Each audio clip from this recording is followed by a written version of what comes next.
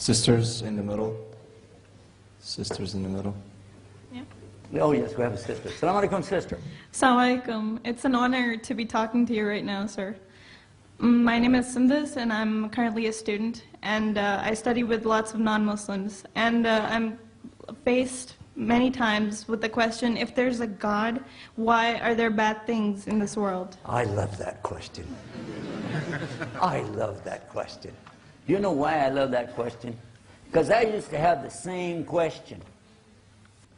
And anything and everything I looked at never answered that question until I came to Islam.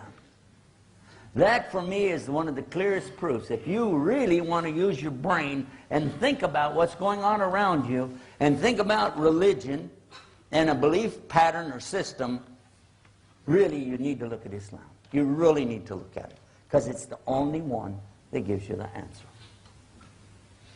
Because Islam never demands from you blind faith. Never. The only thing we are told in Islam, the only restriction, don't try to imagine what Allah is like. Don't imagine what Allah looks like. Don't get into that area, because you can't. You'll destroy your own brain. Other than that, ask. And on our website, watch out, here comes a commercial. On our website, islamnewsroom.com, we have that article featured more times maybe than almost anything else. If there's a God, why all of this chaos in the world? And that's our subject today, isn't it? All this chaos in the world. Tornadoes, earthquakes. We have an earthquake page on that same website. All about earthquakes. It updates every few minutes. You can see where the earthquakes are right now. And they have increased in intensity, just like Prophet Muhammad ﷺ said they would. Tremendous number of earthquakes today. Several hundred earthquakes have happened since I've been giving you this speech right now. Go there and check it out. Along with that, pestilence, violence, wars, occupations. And I'm not talking about jobs. And family abuse. Serious problems. We even talked about a few of them, didn't we? Serious stuff. So if there's a God, why is all that stuff happening?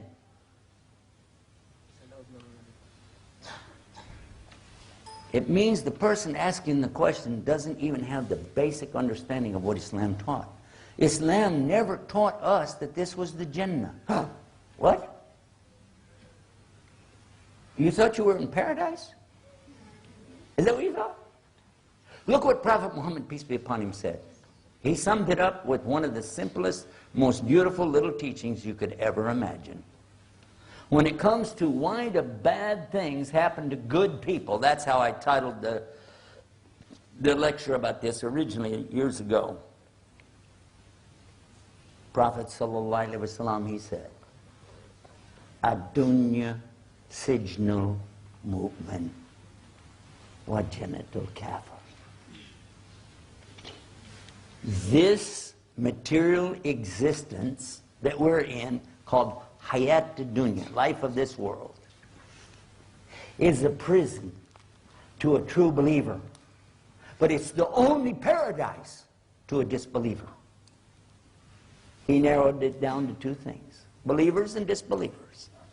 We know as believers that this is the hardest thing we're going to go through.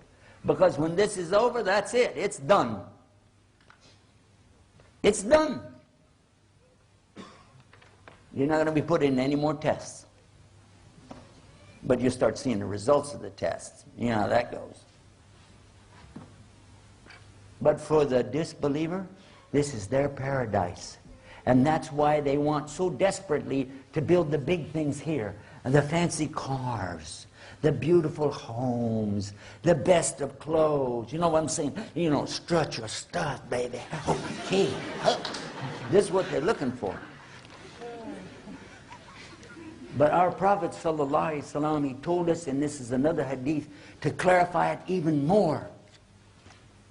Because some of the companions were concerned about the same thing that you're concerned about with your question. He said two people will be brought on the Day of Judgment. One of them, he had everything he asked for in this life. Even to the extent when he was dying, he wanted a feast set before him, and he got it. The other person, he didn't get anything he asked for. Even to the extent when he was about to die, all he asked for was just a drink of water. And he didn't even get that. Now on the Day of Judgment, the one who had everything, he would be pushed into the hellfire. Like you put a needle in something and pull it out. Just in that instant. Whoop, whoop. And then, it's not in the hadith. That whoop, whoop is not there. Don't look for that. He would be asked, in your whole life, remember he had everything. In your whole life, did you ever see any good? He'd say, well, Lord, in my whole life, I never saw anything good. It wiped it all out. The other man that had nothing, suffered in this life, would be put into paradise.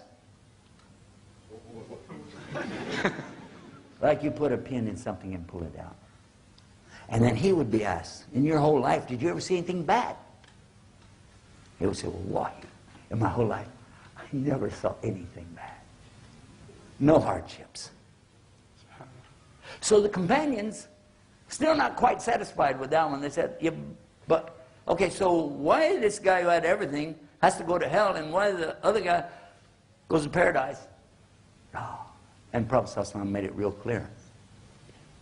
Nobody's perfect.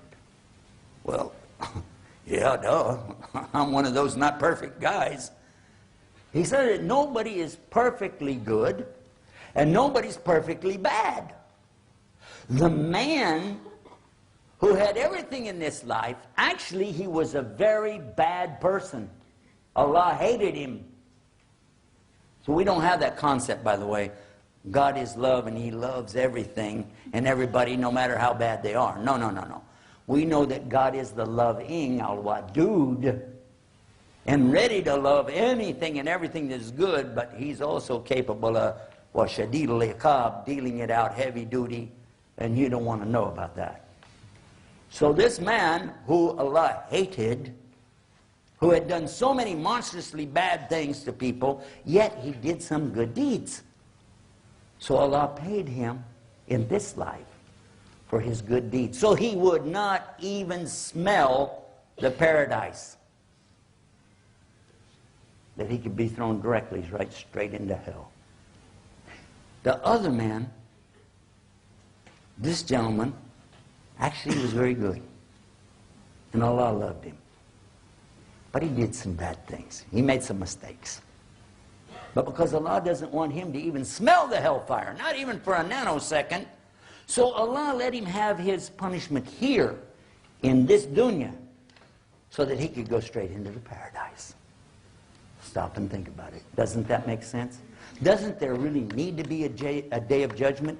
Because otherwise, how could any of us look at the things that are going on around us again and again and again and see how the tyrants and the aggressors and the oppressors throughout history again and again and again, not only do they win these battles and wars, but they go away with all the spoils of wars. Well, the really good people, the honest, kind, giving, generous, charity-giving people are suffering. Literally starving to death. But that's because this is a dunya. How many of you know what the word dunya really means? Raise your hand. You really know where it comes from? What's the source? Something really low in a base. Something so disgusting, right? Somebody'd go, oh man, got dunya on my shoe.